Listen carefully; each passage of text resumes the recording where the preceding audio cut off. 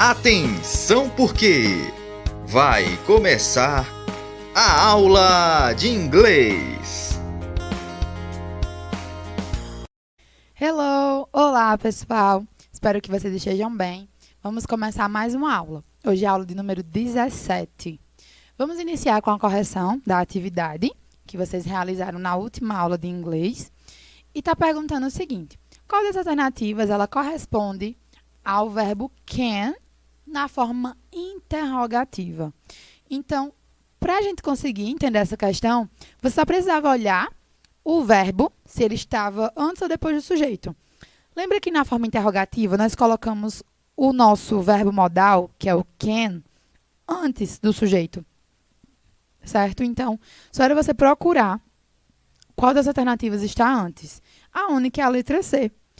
Mesmo sem a gente não conseguisse entender o significado dela, só pelo nosso verbo, só pela estrutura, a gente já consegue acertar a questão, tá bom? Mas a frase está dizendo o seguinte: Ronaldinho Gaúcho, ele consegue jogar voleibol? Tá perguntando isso, tá? Então, essa é a alternativa correta, letra C. A próxima questão vai falar o seguinte: a frase da imagem a seguir está na forma. Então, em que forma está essa frase na imagem? Essa frase, ela está na forma negativa, pessoal, porque nós precisaríamos olhar o nosso verbo modal. Quem é ele aí? É o could, C-O-U-L-D. Observem que ele não só está dessa forma, mas tem aí o N, o apóstrofozinho e o T, certo? Então, quando tem essa forma, poderia ter o not aí, N-O-T, também.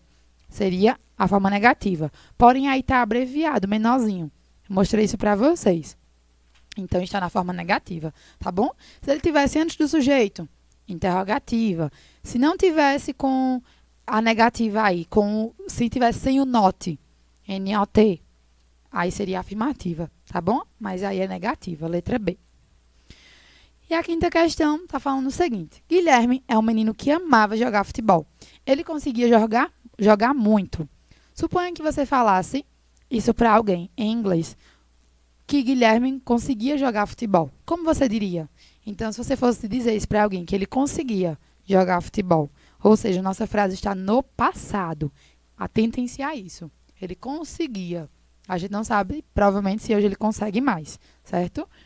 Mas aí eu estou falando a frase no passado. Você tinha que procurar a alternativa que tivesse o nosso verbo conseguir no passado. Nós aprendemos o can, C-A-N, e o could, C-O-U-L-D. Qual é o passado dos dois? O could, C-O-U-L-D, certo? Então, a resposta correta é a letra B. Por que não pode ser letra A? Porque a letra A é uma pergunta. Você está afirmando, você não está perguntando. Então, por isso que não é a letra A. Seria a letra B mesmo. E aqui está o gabarito da nossa atividade. A primeira questão, alternativa, letra C. Segunda, letra C também. Terceiro, quarto e quinto, letra B, tá bom? Vamos para a nossa frase do dia, para a gente dar início realmente à nossa aula. Nossa frase vai falar o seguinte. Em inglês, depois nós iremos traduzir como sempre. See good in all things. Nossa frase vai falar o seguinte: veja o bem em todas as coisas. Então, essa última palavra aí é a palavra coisas, tá certo? Então, é nossa visão aí do dia que eu quero deixar para vocês, que vocês possam olhar o bem nas coisas. E o nosso assunto de hoje, nós vamos falar sobre o simple past. O que é esse assunto? É o passado simples. Mas de quê? Porque nós já estudamos esse assunto, não foi? Mas hoje é do verbo to be. Então, nós vamos ver como é o passado do verbo to be, certo? É muito importante. O verbo to be, ele é um verbo muito utilizado em inglês. Um dos mais utilizados. E nós precisamos saber como é o passado dele, não é? Então, vamos lá. Aqui, eu estou mostrando para vocês que ele tem algumas semelhanças, com o presente, certo? A primeira coisa é que nós precisamos destacar que ele possui uma forma irregular. Então, ele não é um verbo regular. Porque lembra que eu ensinei para vocês que um verbo regular é aquele que a gente coloca o quê no final dele? Quem lembra aí? O ED. Lembram disso? Quando é irregular, nós colocamos o ED no final do verbo. Mas o to be, ele é um irregular. Nós precisaríamos olhar naquela tabelinha que eu já trouxe para vocês, para ver como é que seria o passado. Mas vocês não vão precisar mais da tabela, que vocês vão memorizar aí, tá bom? E aí, no presente, nós temos as seguintes formas. Então, está aí na penúltima linha para vocês. As formas do presente do verbo to be. É o am, o is e o are. São as 3 forminhas no presente, certo? Mas no passado, que é o que nós vamos ver. No presente são 3 formas. No passado só são 2. Nós temos o was e o were. É as 2 que estou mostrando aí, tá bom? Então, só são 2 formas. Enquanto no presente são 3, o passado vai melhorar a nossa vida aí, porque só são 2, tá vendo? E vamos ver quando é que a gente usa cada um dos 2. Aqui, pessoal, nós vamos poder ver a diferença dos 2, tá certo? Do was e do were. Ambos significam era ou estava. Mas a gente precisa entender quando é que nós usamos um e o outro, tá bom?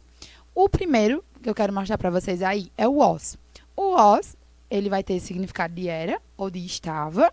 E ele é usado com os seguintes pronomes. O pronome I, que significa eu. O pronome she, que vai significar ela. He, ele. E o último, it, nós usamos para objetos, animais e coisas. E significa ele ou ela, tá bom? Já do outro lado, nós temos o pronome, os pronomes, que eu vou falar para vocês, que usamos com o were. Quais são os pronomes? Os pronomes you, que significa você. O we, significa nós. E they, que tem como significado eles ou elas, tá certo? E também nós temos as 3 formas. A forma afirmativa, interrogativa e negativa. Eu vou mostrar cada uma para vocês. Porque quando eu digo assim, eu era pequena, por exemplo. Eu estou falando na forma afirmativa. Mas quando eu digo para vocês, eu não era pequena, negativa. E se eu perguntar, eu era pequena, já é a interrogativa, tá bom? Então, como é que faz isso? Como é que nós podemos escrever isso em inglês? Vou mostrar para vocês agora. A afirmativa é a mais fácil, basicamente. Por quê? Nós precisamos só colocar o nosso verbo to be depois da pessoa. Então, observem que eu trouxe aí para vocês nessa tabela todos os pronomes, certo? O pronome eu, você, ele, ela, o que eu já mostrei para vocês antes. E aí, olhem o uso de cada um.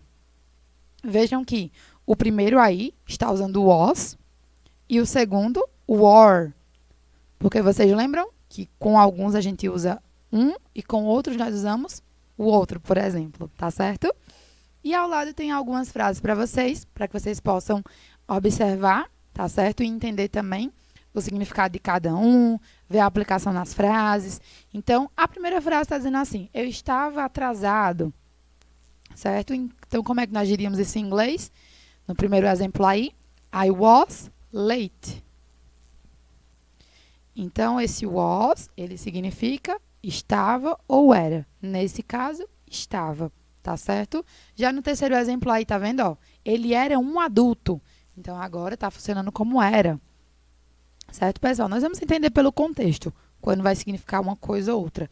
Mas o que eu quero que vocês entendam é quando usa cada um dos dois. Quando usa o was e quando usa o were. W-E-R-E, tá certo?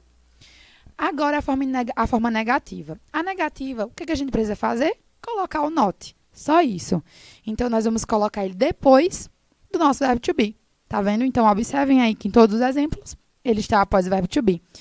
E está na forma contraída também. Observem que tem a forma contraída, ou seja, a forma abreviada, menorzinha, para vocês. Tá bom?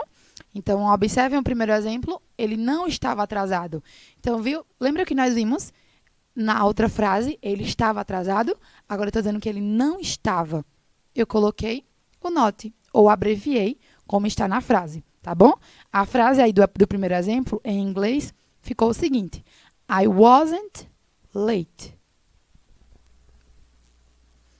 Então, aqui tem outros exemplos que vocês podem observar.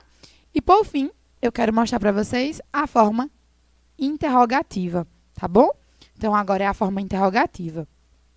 Essa forma, o que é que nós precisamos nela? Colocar o verbo to be antes do nosso pronome. Olha que simples também. Então, não tem os nossos pronomes eu, você, ele, ela, ou quando nós queremos falar nome de pessoas, Gilson, Maria, Fernanda. Então, nós colocamos antes do pronome, certo? Antes da pessoa vem o nosso verbo to be. E a mesma coisa, lembrem-se de quando usa cada um deles. O was, nós usamos para alguns pronomes, e o were, W-R-E, nós usamos para outros pronomes. Olha o exemplo agora, o primeiro exemplo, vamos ficar nele, porque nós já começamos com ele, tá vendo? O primeiro exemplo está dizendo assim, em inglês, was I late? A tradução é o quê? Eu estava atrasado? Então, é a pergunta agora, tá vendo? Nós vimos a forma afirmativa, negativa e agora a interrogativa. E é a mesma coisa para as outras pessoas, pessoal. Nós só precisamos colocar ele na frente do nosso pronome. Então, é isso, o nosso assunto de hoje. É um assunto interessante que vocês precisam aprender, porque vocês vão ver muito isso ainda, tá certo? Eu espero que vocês tenham entendido. Qualquer dúvida, só entrar em contato com os professores. Até a próxima aula!